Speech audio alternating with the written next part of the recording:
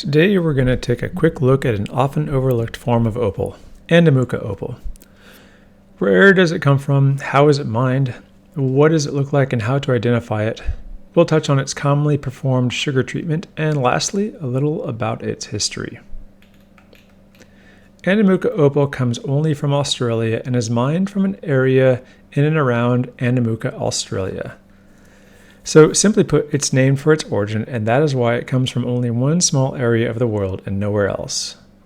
There are a few other types of opal that do look similar, but they're from other areas and they go by other names. We'll touch on that a little bit later.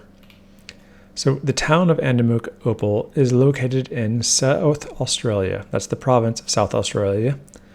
It was originally part of the Kokatha Moola Nation, and I apologize if I'm not pronouncing that correctly. Somebody can correct me in the comments below. And in some areas, this region is still under their control. The town itself is pretty small by most standards, with a population of less than 300 full-time residents based on the most recent census.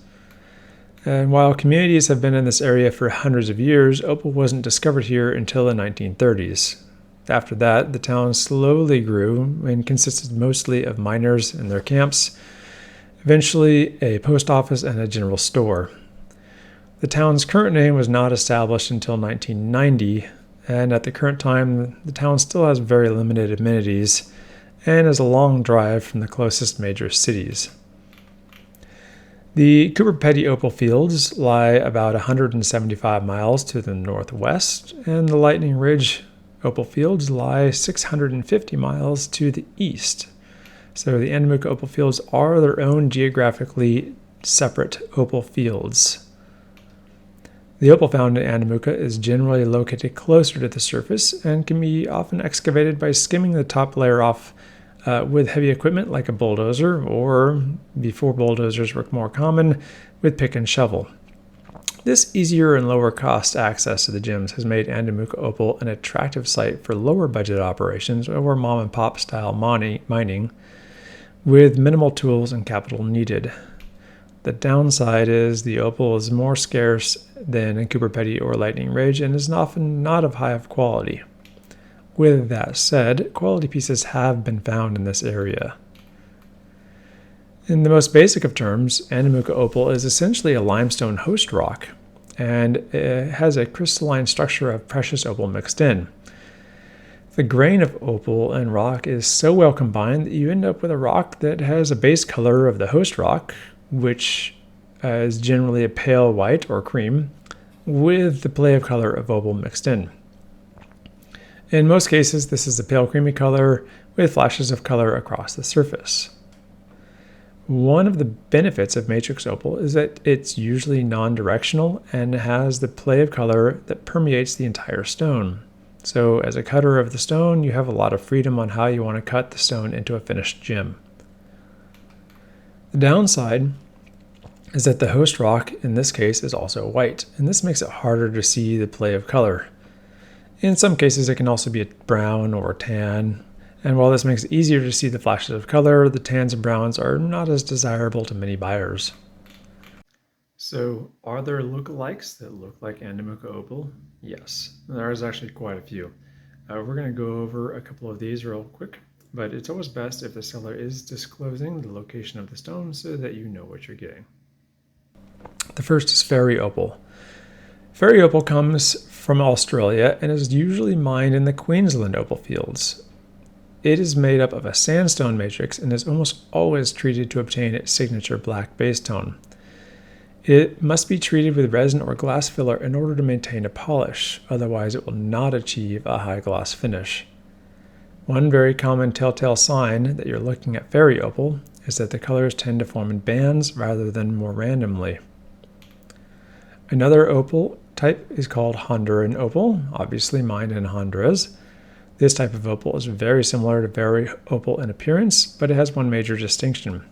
It forms in basalt, and so it is already black without needing a sugar acid treatment. It is, however, almost always treated with a resin while being cut. This protects it from the contaminants during the cutting process, and during the cutting, this resin is generally washed away during the process. This is similar to how emeralds are oiled. However, the resin is not baked into the opal. Lastly is leopard opal. This type of opal comes from Mexico and rarely in Southern California and Nevada. These opals are similar to Honduran opal as they are comprised of a black basalt matrix with precious opal patches. The difference being in the size of those patches. In leopard opal, the matrix itself remains a plain black stone, while the opal patches are large enough to be discernible as tiny spots of white crystal opal with plays of color. This gives the opal its leopard spot-like appearance. It's formed when precious opal fills in the tiny empty bubbles within basalt rock. It is generally an untreated stone, as the basalt and opal are both hard enough to take on a polish, although one will note that the basalt can look a tiny bit dull compared to the opal in a polished stone. This does not detract from its beauty, however. Each of these opals is commonly referred to as a matrix opal, and that would be correct because its opal comprised mostly of the matrix stone. Sometimes they're called boulder opal, and this is not as correct because boulder opal is generally considered opal where you have a layer of precious opal above a layer of host stone, and the two are distinctly different, or you might have seams of opal running through the host stone. So there's an important distinction to make there.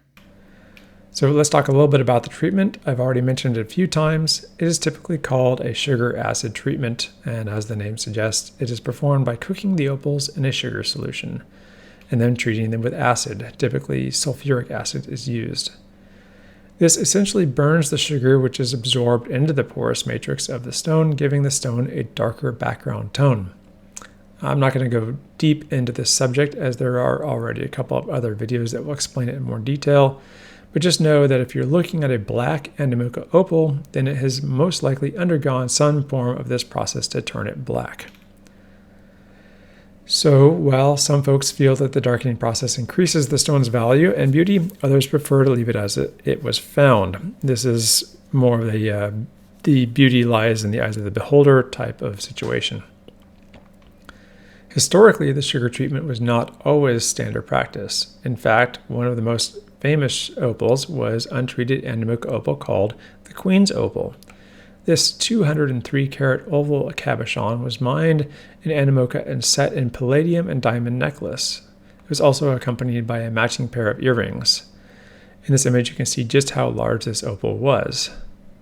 This was given as a gift to Queen Elizabeth back in 1954. So whether you prefer treated or untreated opals, Andamooka opal is a great addition to any opal lover's collection and is well suited for the use in jewelry. It needs no special care aside from being mindful that it is a softer stone and it should not be cleaned in an ultrasonic or steamer, but instead just cleaned with mild, warm, soapy water and a soft brush. It also makes a wonderful addition as a specimen in a collection. So that's all I've got for today. If I missed anything or if I got anything wrong, just let me know in the comments below. I don't mind if somebody wants to correct me. If you would like me to touch on a different subject or you have any questions, just leave me a comment below. I do try to read all of them and respond. So again, thanks for watching.